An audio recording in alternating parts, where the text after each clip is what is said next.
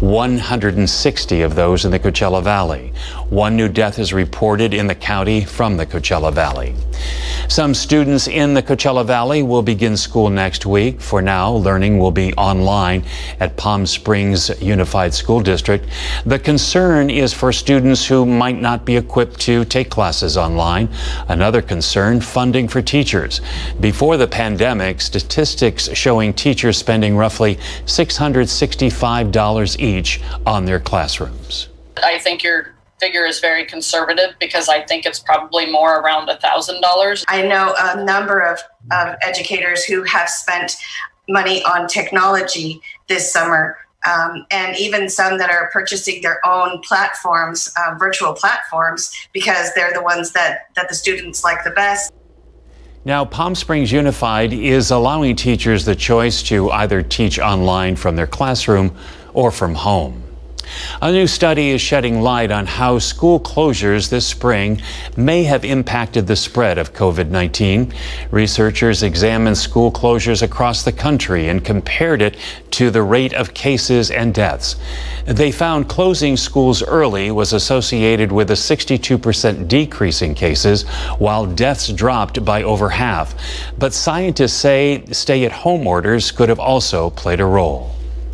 Now to a follow-up story we brought you nearly 4 months ago when we met 3 local survivors of COVID-19. Our Daytona Everett revisits them and their journeys with the virus and what the road to recovery looks like.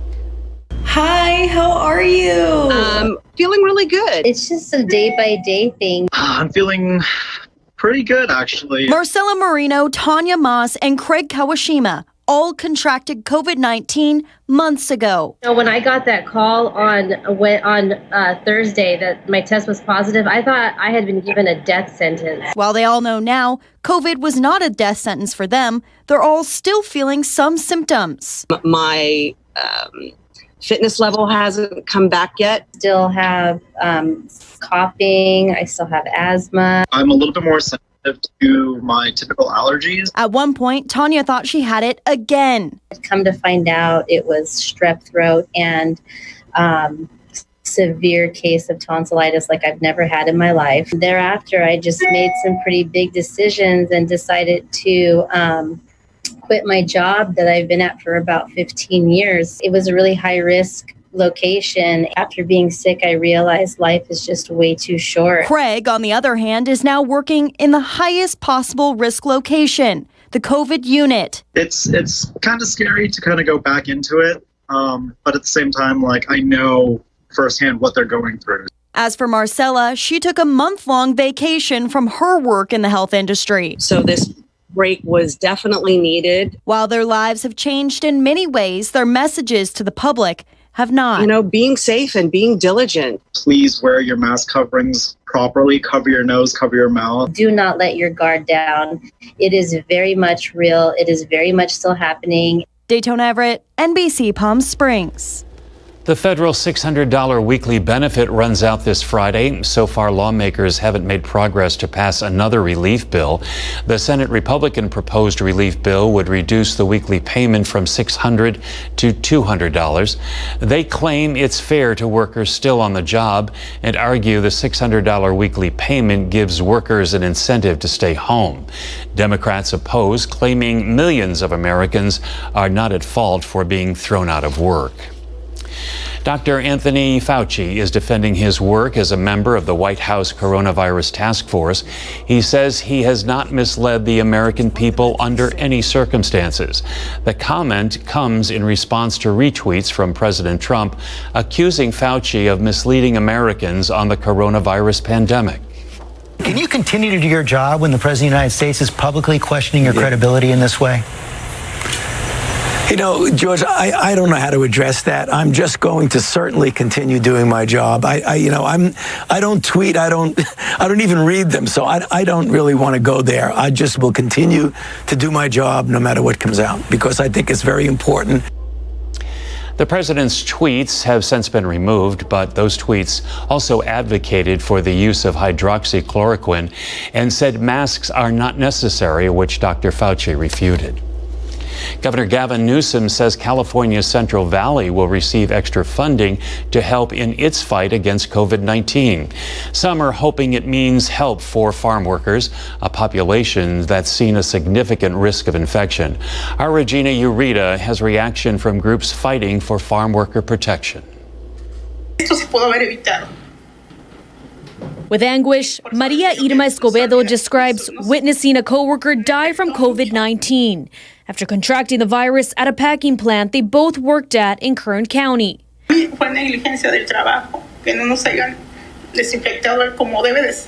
also says the unsafe working conditions could have easily been prevented if the company Primex Farms would have offered proper protective equipment. While this incident happened hundreds of miles away, the story resonates with those in the eastern Coachella Valley. Local activists say it's only a matter of time before a field worker here dies from the disease. Farm workers do not feel protected when it comes to COVID-19. The United Farm Workers have filed a labor grievance claiming they are enduring unsafe working conditions. They say workers lack access to hand soap and protective masks, all while working in tight quarters. Now, we're in the middle of the grape fields here in the eastern Coachella Valley, and I wanted to show you how narrow these fields are, which makes it very difficult for field workers to keep that distance during this pandemic. Governor Newsom announced relief will be coming for farm workers, but he has not yet given specifics. Needs to do more. We must take action to ensure that our farm workers are protected, especially if we're going to avoid any kind of the disruption to our food supply. That's why Assemblymember Robert Rivas introduced a COVID-19 farm worker relief package. Deeming farm workers as essential workers, that must come with the protections that essential workers deserve.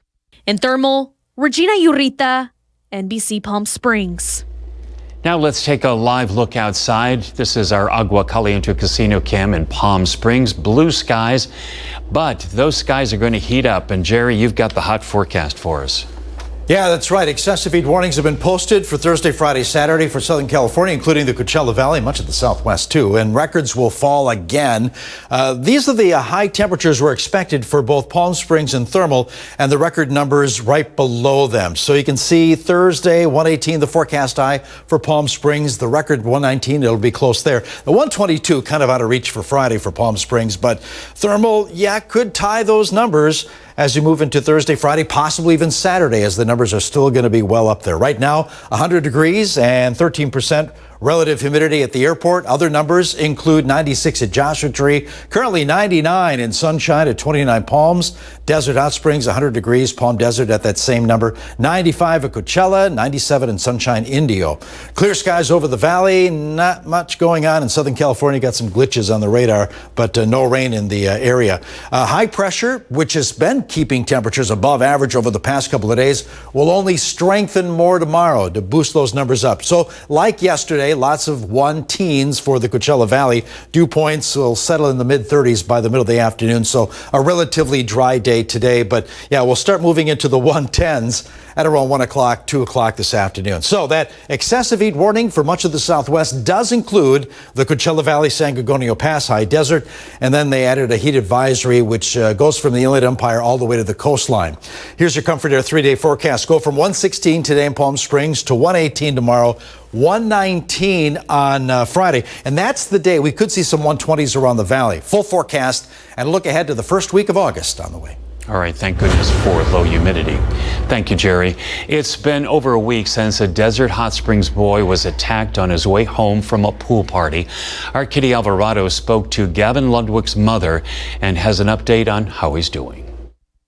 Baby boy, you're such a precious boy. 7-year-old Gavin Ludwig is still recovering from a head injury in the hospital. He was brutally attacked on his way home from a pool party in Desert Hot Springs. His mom, Wendy, has not left the hospital since he was admitted on July 18th. To see him lying in the hospital bed, uncomfortable, crying, not being able to get up and play like he normally does, it's just heartbreaking. Gavin is now making small progress, like sitting up. And while doctors don't know the extent of the damage yet because his brain still has swelling, they do know he will need physical and speech therapies and surgeries until he stops growing. He has to have a titanium plate inserted because the bones were so broken, fragmented. and he'll have to have that replaced as his head grows. Police say 32-year-old Daniel Polson beat Gavin, who never even saw him coming. Wendy says he was just feet away from getting home.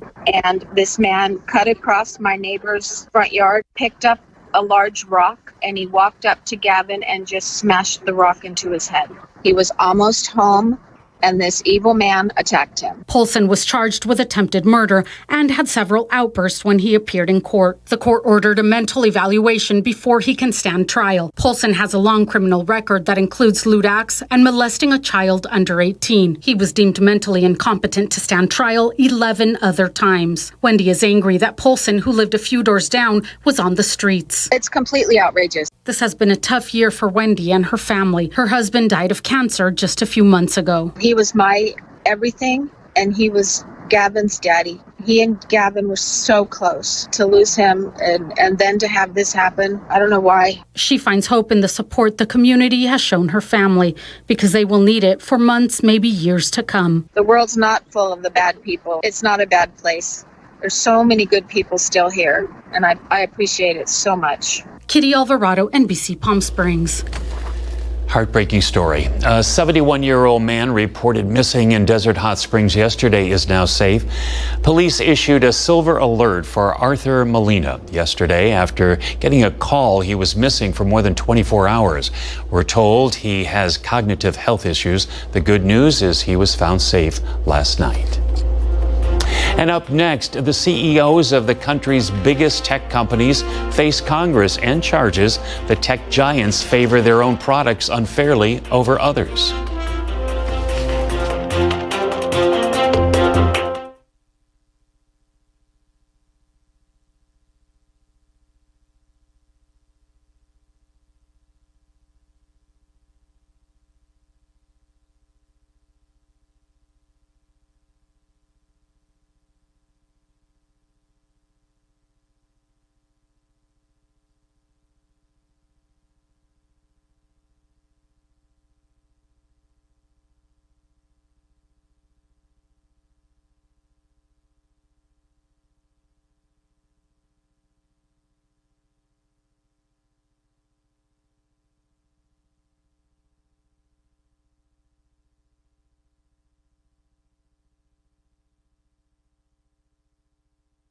By God, following the footsteps of Moses, Martin, and another named John.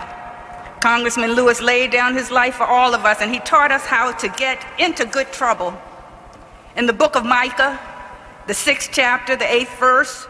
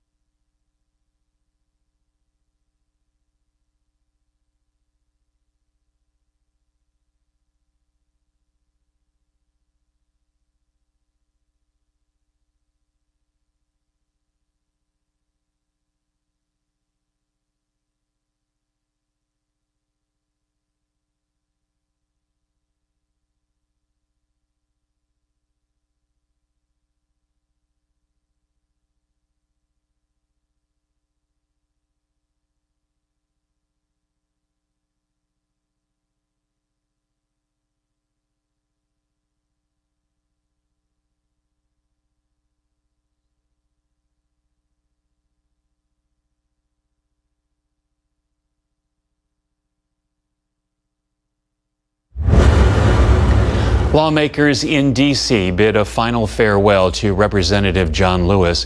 He left the nation's capital for the capital of Georgia. Now, this is a live picture from Atlanta where his casket is draped by an American flag. Dignitaries are paying their respects right now. This is where Lewis will remain until tomorrow, when his funeral will take place at the historic Ebenezer Baptist Church, the same place where Dr. Martin Luther King Jr. was pastor and is buried. A train derails and bridge collapses in Tempe, Arizona this morning. Aerial video shows a thick cloud of black smoke coming from the scene. The train bridge collapsed over Tempe Town Lake. The train carrying lumber caught fire. We don't know yet if the bridge has been compromised. So far, no injuries have been reported. Photos show hundreds crowded into a concert in New York. It was a charity concert with headliner band The Chainsmokers. Southampton town officials confirmed it issued a permit for what was supposed to be a drive-in concert, but they say concert organizers did not abide by the permit's terms. Organizers opened a VIP section which was flooded with 200 people. However, they say the videos circulating do not depict the entire event. Amazon, Google, Facebook, and Apple are facing Congress today after a more than year-long antitrust investigation. This hearing is the government's most aggressive show against big tech since the effort to break up Microsoft more than 2 decades ago. Liz McLaughlin with the details now. 4 of the world's biggest tech companies are in the hot seat today. CEOs Tim Cook of Apple, Sundar Pichai of Google, Mark Zuckerberg of Facebook, and Jeff Bezos of Amazon will all testify virtually, facing accusations from Congress that the tech giants unfairly favor their own products in the digital marketplaces they operate. This is the first hearing ever for Amazon, which controls nearly 40% of online sales in the U.S. Walmart, its closest competitor, is just shy of 6%. When you go to Amazon, you ask for a product, you search for it, and Amazon decides what to show you. That's a lot of power over the marketplace. Facebook is the world's largest social network, and Google processes 90% of all web searches globally, both facing concerns over acquisitions and how the companies operate their massive advertising services. Facebook and Google are effectively a duopoly for ad tech. Apple's App Store is the only way app developers can access the massive iPad and iPhone customer base, with restrictions and fees from Apple. The small companies that need to come up really need protection, and they need protection from the government in order to thrive and create competitors. That's the aim of some lawmakers, who plan to propose new antitrust rules following the hearing, ensuring fairness from the tech giants that control a vast amount of what we see and buy online. Liz McLaughlin, NBC News. And now let's go outside. This is a beautiful shot from our Agua Caliente Casino cam in downtown Palm Springs. It's all quiet downtown right now. Jerry's got your AccuWeather forecast right after the break. Stay with us, please.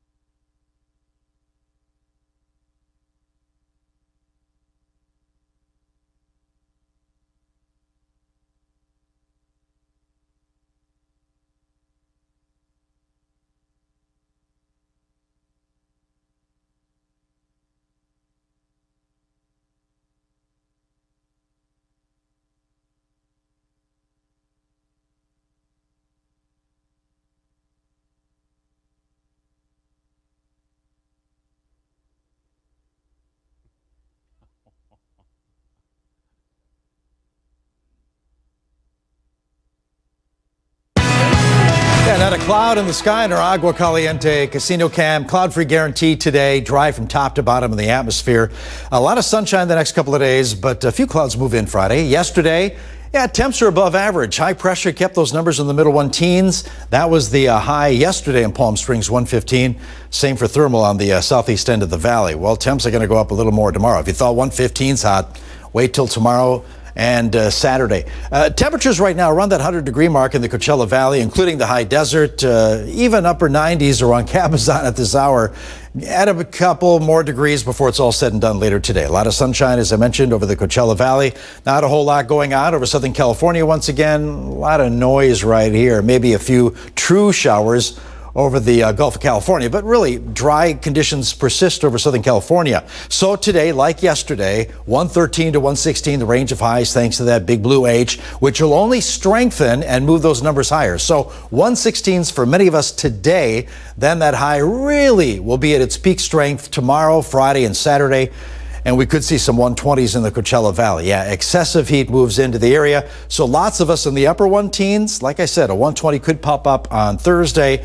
Definitely will happen on Friday. 120s, 121s, 122s are possible Friday afternoon under mostly sunny skies, even around 110 in the high desert. It's going to be a hot few days, and that will linger into Saturday before the numbers back off, but only slightly. So excessive heat warnings in effect for much of Southern California, including the Coachella Valley, San Gorgonio Pass high desert, even a heat advisory for the Inland Empire to the coastline. You can see how wide spread this extensive heat is. It's parts of Nevada and Arizona are included in that excessive heat warning. So clear skies today, a few mountain clouds Thursday and early Friday, but for the most part, sunshine into the weekend. And surface moisture dry today, but we add a little bit more to those dew point numbers, 40s tomorrow and around 50 by Friday afternoon. Okay, Comfort Air 7-day forecast.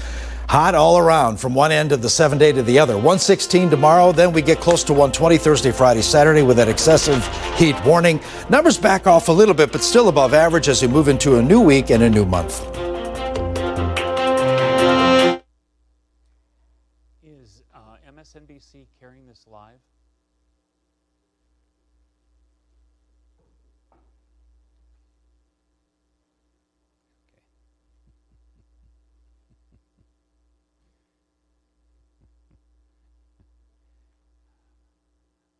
That's right.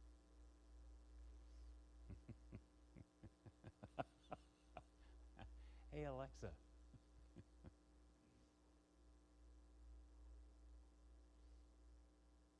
Oh, do you want the phone number of that recycling place?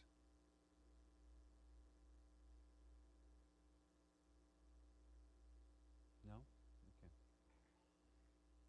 Mm-hmm. Oh, okay. Okay, 760-340-2113. Yeah. Are they?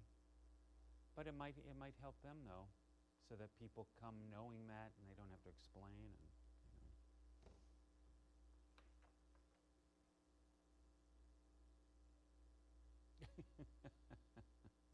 I don't think so, because she doesn't like you.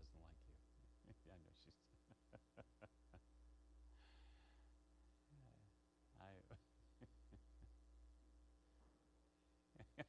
Yeah, I'll let her answer for herself. But I'll talk to her beforehand.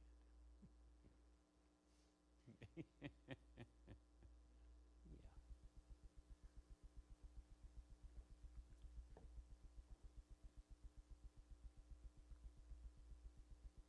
Oh, will not be performing? Oh, why not? And why do you know that?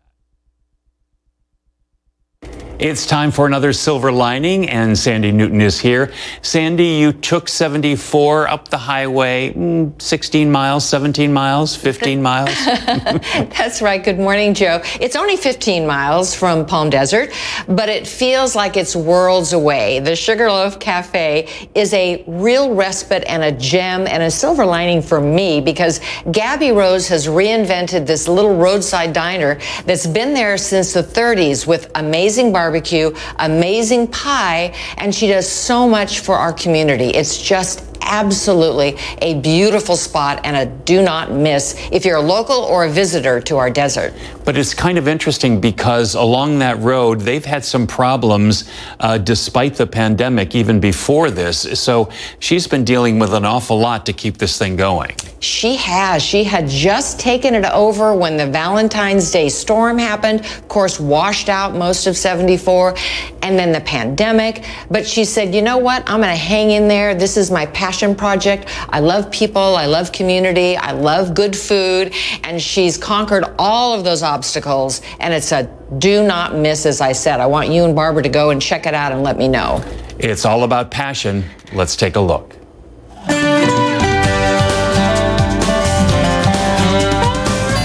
It started out in the 1930s as a little diner on the side of the road off of Highway 74, serving the community and those needing a little refreshment while traveling over the mountain. Gabby Rose took the Sugarloaf Cafe over about a year and a half ago to create an oasis of locally sourced, delicious, and wholesome food. But then the Valentine's Day flood happened, and now the pandemic. Rob, your dream has come true. Your food is ready. Those two devastating events might have squashed most business owners' dreams, but not the upbeat and positive Gabby. She's determined to help her community and develop the 17-acre property as a respite for all.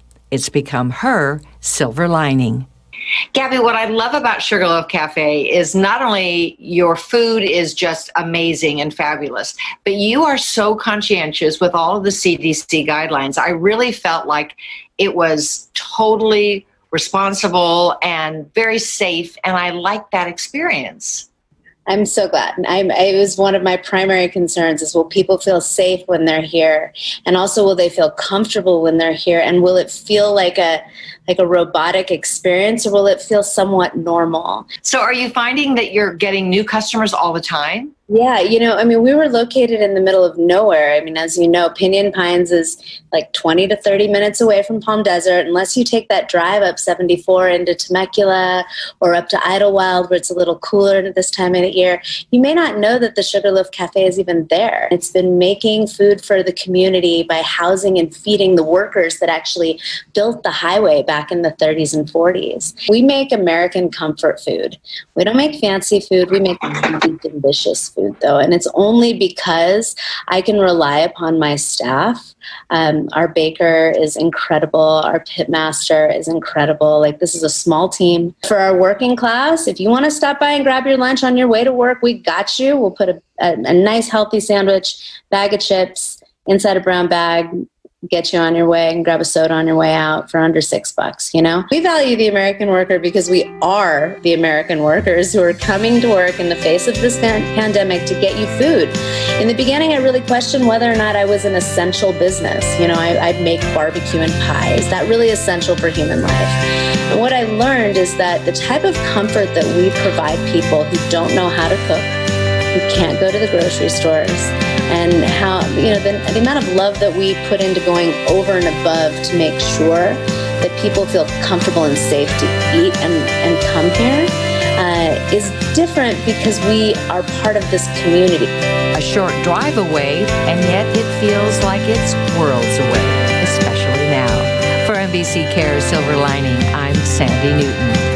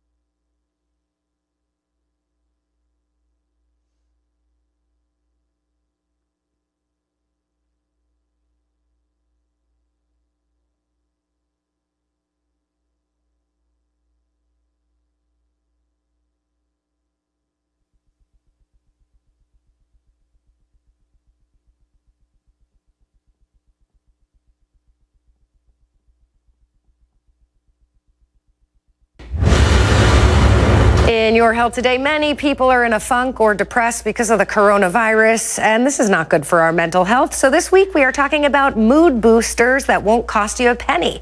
Number 3 on our list after exercise and meditation is to find purpose. It's more than just a hobby. We're talking about dedicating time to an activity that's meaningful to you. Now, this boosts mood, reduces stress, keeps you mentally sharp. The activity can be something as simple as writing in a journal, gardening, painting, dancing, gourmet cooking, or home improvement projects. Now, doctors say you worry less about aches and pains when you focus on something that interests you, something new. Now, this could be done a half hour to an hour every day, and it really is therapeutic and a form of self-care. So give it a try. And that's what's happening in your health today. Now we'll look at some consumer news. Gun stores across the United States are experiencing an ammunition shortage right now, as many are stocking up. As sales jumped some 300% in recent months. The pandemic, coupled with nationwide protest and it also being an election year, have created the perfect storm for gun and ammo sales. Concealed carry permits are also in high demand. NASA's next mission to Mars, just about 24 hours a day. The rocket is carrying a bigger and better unmanned rover, but it's also carrying a helicopter that will take to the skies over Mars. The unmanned helicopter or drone will be the first autonomous takeoff and landing from Martian soil ever. Here's NBC's Tom Cassell. It'll take more than 6 months to get there, but NASA's next generation of Mars rovers, this one named Perseverance, is like a rover on steroids, self-driving and mapping, equipped with microphones so humans can listen to the Martian surface, 19 cameras, then radar, spectrometers, sensors, and probes, and drills to collect soil and rock samples that a future mission will pick up. But the coolest feature of all, a miniature helicopter named Ingenuity attached to the belly of the rover. The first aircraft ever to take off and land on another planet for aerial surveys. Mimi Ong is the helicopter project manager. Did you have to ask the Martians for a pilot's license and Martian air traffic control? Oh, I think they'll welcome us. It should be an exciting event on Mars. The challenge, the thin Martian atmosphere is only 1% of our atmosphere. So engineers built a chopper weighing just 4 pounds with 2 rotors spinning 8 times faster than a helicopter on Earth. It will fly autonomously just 15 feet off the ground. Today, there are simply places that we can't get to today with just rovers, nor even, humans, sides of steep cliffs or, steep crevices that we can't get to. And so being able to fly, adding that aerial dimension is what's really important. The rover itself will land in a crater once an ancient lake, the perfect spot to search for signs that microbial life once existed on Mars, the prime mission objective. If we find evidence that life was present billions of years ago, it becomes much more likely that it has migrated below the surface and exists there today, where it is both warmer and we would expect that there would be liquid water. In a Brady Bunch-style interview, we talked to the NASA team making it all happen, even as COVID has forced many to work from home. It's even put another layer of excitement and challenges for our team to figure out how we build rovers, a lot of us with children in our laps and other things at home. And so it's been a big challenge, but really exciting. NASA's ultimate goal, putting humans back on the moon by 2024, then use a lunar base to launch missions to Mars.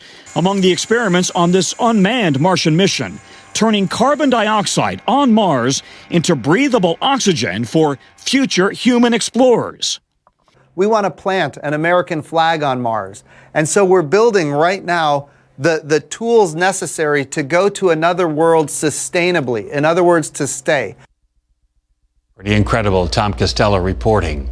As we head to break, let's take a live look outside from our Walter Clark Highway 111 camera. Another beautiful day. You can see the river over there.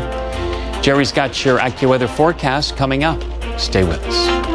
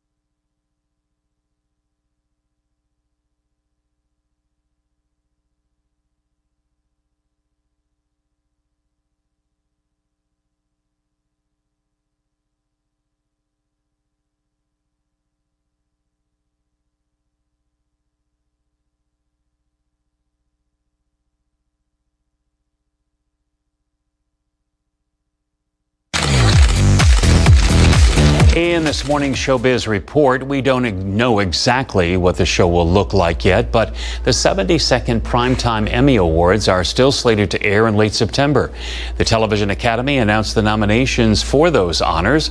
Mark Barger has the rundown.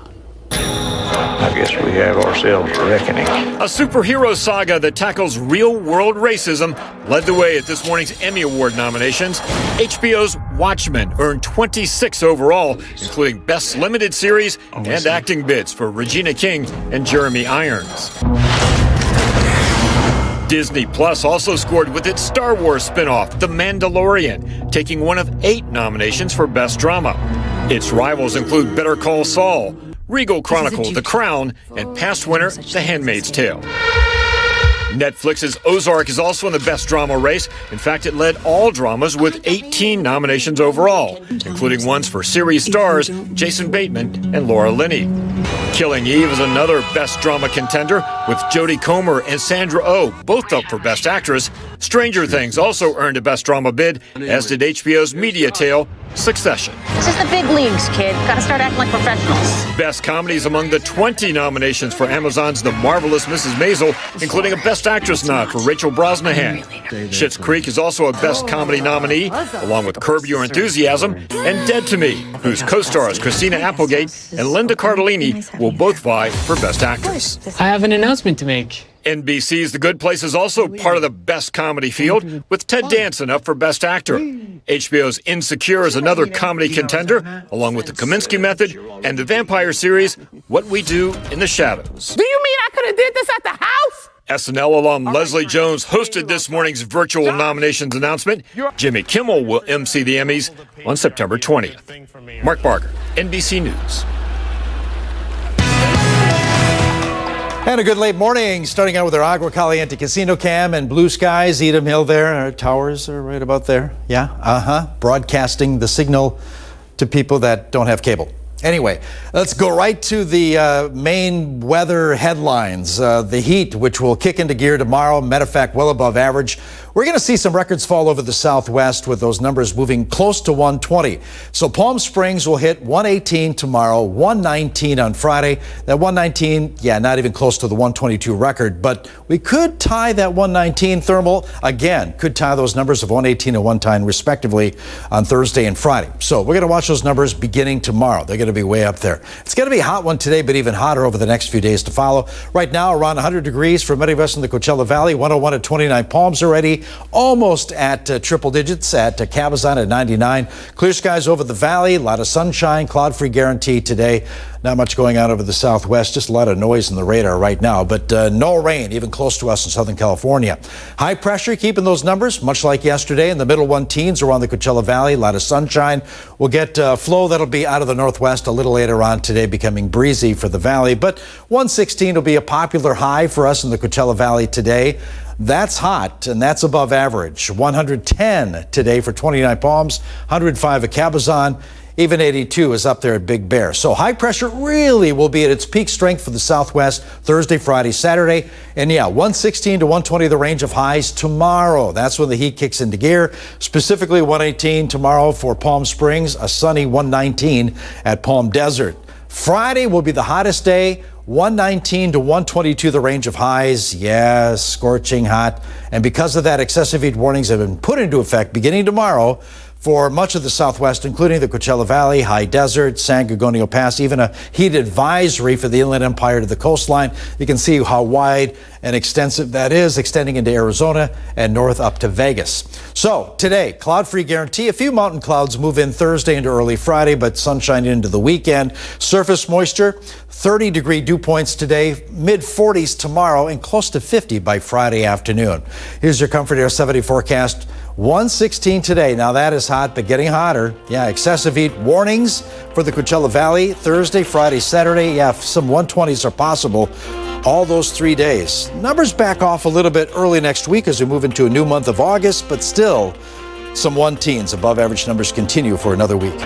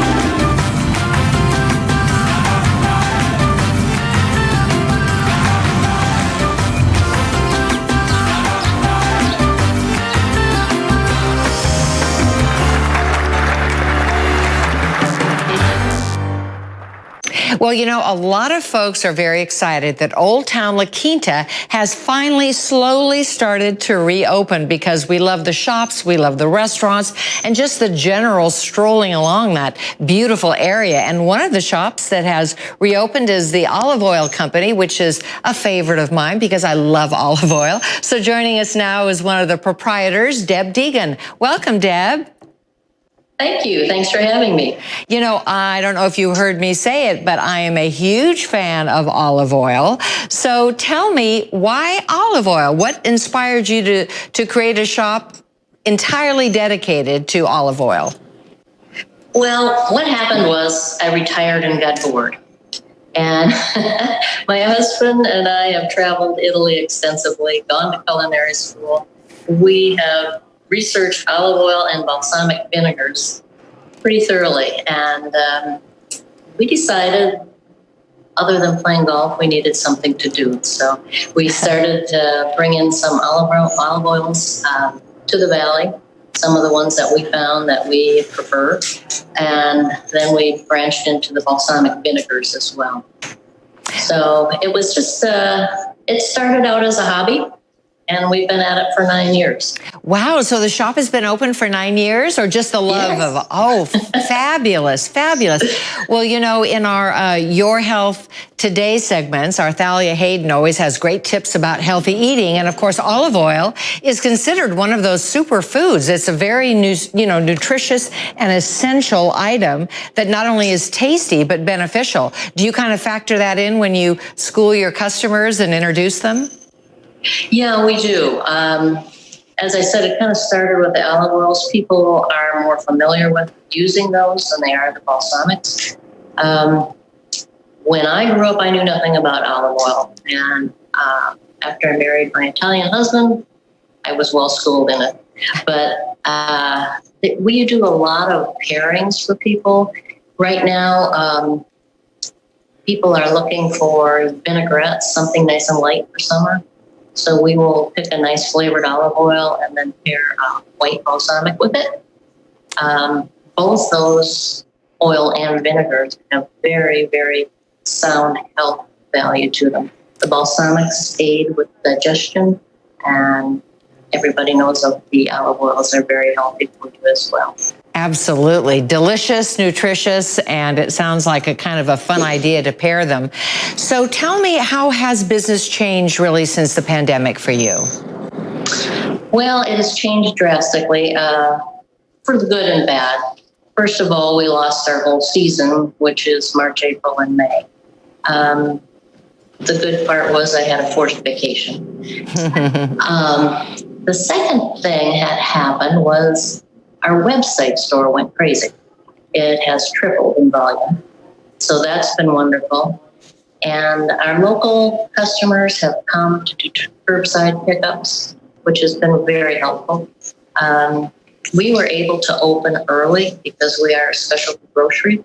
So on May 4th, we reopened, and we've had a lot of great local support because, as you know, all of our Canadians and snowbirds have gone home. Well, that really is good to know that you've been able to kind of start a little early, get a little jump start on it. And of course, I know going forward, do you have any plans? Have you thought of anything that could help in the olive oil industry? Now that you really probably can't travel back to Italy right now. True, yeah. I could get a really good deal on airfare, I'm sure. But no, we're just expanding our website a little bit. We're expanding our flavors, both in the balsamics and the oils. We started carrying more pastas, more sauces, things like that, because people are at home cooking. We have some great one-pot meals for people who are really tired of cooking. It's just everything pasta into one pot, and those have been great. So we're expanding a little bit more into food products, and as well, a lot of gift items too. We have a lot of foodie customers that love to give gifts. So 40%, I think, of what goes out of here goes as hostess gifts, thank you gifts, thanks for watching the dog. So we're kind of expanding the gift idea.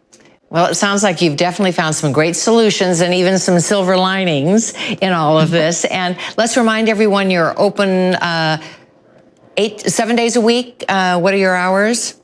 7 days a week, 10 until 4 right now. Great. And always open online. Always open online at laquintaoliveoilcompany.com. Great. Thank you so much for joining us, Deb, and I'll definitely be coming in. Want to check out some of those vinaigrettes. Sound delicious. Great. Thanks for having me. Thanks so much.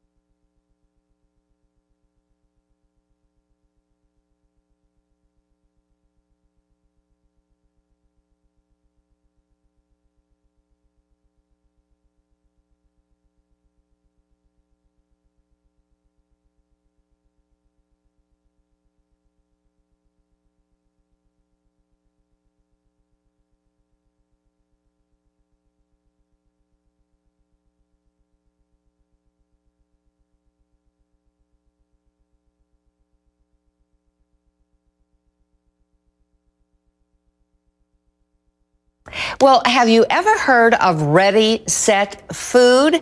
If you haven't, you're going to want to know about it, especially if you have a baby in your house or know someone who does. Joining us now is the inventor of this genius new product, Daniel Zakowski. Welcome, Daniel.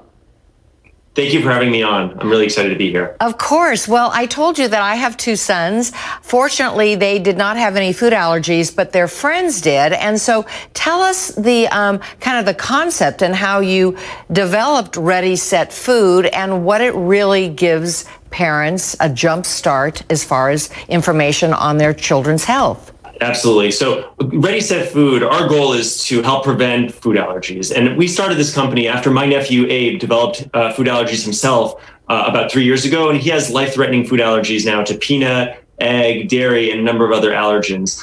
And it turned out there had just been a number of clinical trials showing that you could prevent up to 80% of those food allergies. And there were new medical guidelines at the time from the American Academy of Pediatrics recommending that parents do so. The problem is that even in the clinical trials, there was very low compliance. Most parents weren't able to follow the protocol from the clinical trials and continue to feed their baby these allergenic foods in the way that was shown to prevent food allergies. So you had more than half the parents drop out of the largest clinical trial. So as a parent of 3 young kids myself, I knew that we needed an easy way so that all parents could see the benefit of helping prevent up to 80% of those food allergies. And that most babies at 4 months of age, when they were doing these clinical trials, just weren't ready to eat all the foods that they needed to do to follow the protocol from the clinical trials. But that at 4 months of age, babies are only really eating one thing, which is a bottle. So we knew that if we took the exact same process from the clinical trial and put it in a bottle, that it would be easy for every parent to give their baby the best chance at not developing food allergies. I love it. I love it. So what you came up with was a powdered version of those products that we're concerned about, nuts and dairy, eggs that children might be have some kind of an allergic reaction to, but it exposes them early on. So tell me a little bit about this product as far as it's a powder, you access it and you put it in their bottle, and tell me how that process goes. Absolutely. So we worked with nationally recognized allergists to make sure that we were following a protocol from the clinical trial that would be both safe and also effective at preventing food allergies. And what that looks like is that, the trials show that if your baby at 4 months of age starts to eat small amounts of the allergenic food on a regular basis, like peanut and egg, that helps prevent food allergies. So our product is just a powder of those real foods, just organic peanut, organic egg, and organic milk, but in a form that dissolves easily in breast milk or formula. That way, all you have to do to comply with the clinical trials and the guidelines is to put a little bit of powder in your baby's bottle once a day, and you'll be giving your baby the best chance at not developing food allergies. I love it. And I know you're on Shark Tank, and Mark Cuban, whose daughter unfortunately has a peanut allergy herself, he was so committed to help you. He's been on board big time. So people can get your product on Amazon and, of course, on your website? Absolutely. You can go to ReadySetFood.com or also Amazon. And you're right, Mark has been an incredible advocate for food allergy prevention. He knows how tough it can be to go through having a food allergy, to have a child who carries an EpiPen, that he's constantly worried if she brought it with her. And that we know that if every parent followed the new medical guidelines, and there's even newer medical guidelines from the USDA even last week, that there could be 200,000 fewer babies every single year in the US that develop these severe food allergies. That is just genius. Thank you so much, Daniel. Boy, that is such great news for parents everywhere, I know. Thank you so much for bringing your product to the attention of our viewers. Best of luck with it, and say hi to Mark Cuban for us. Will do. And thank you very much for giving us the time, because a lot of parents don't know about food allergy prevention, and especially with the new USDA dietary guideline report issued last week saying that every parent should feed their baby peanut and egg starting at 4 months of age. It's really critical that we get the message out so that all parents know that they can help prevent food allergies for their baby. Absolutely. Ready, set, food is the way to go. Thanks so much, Daniel. Thank you. Have a great day. You too.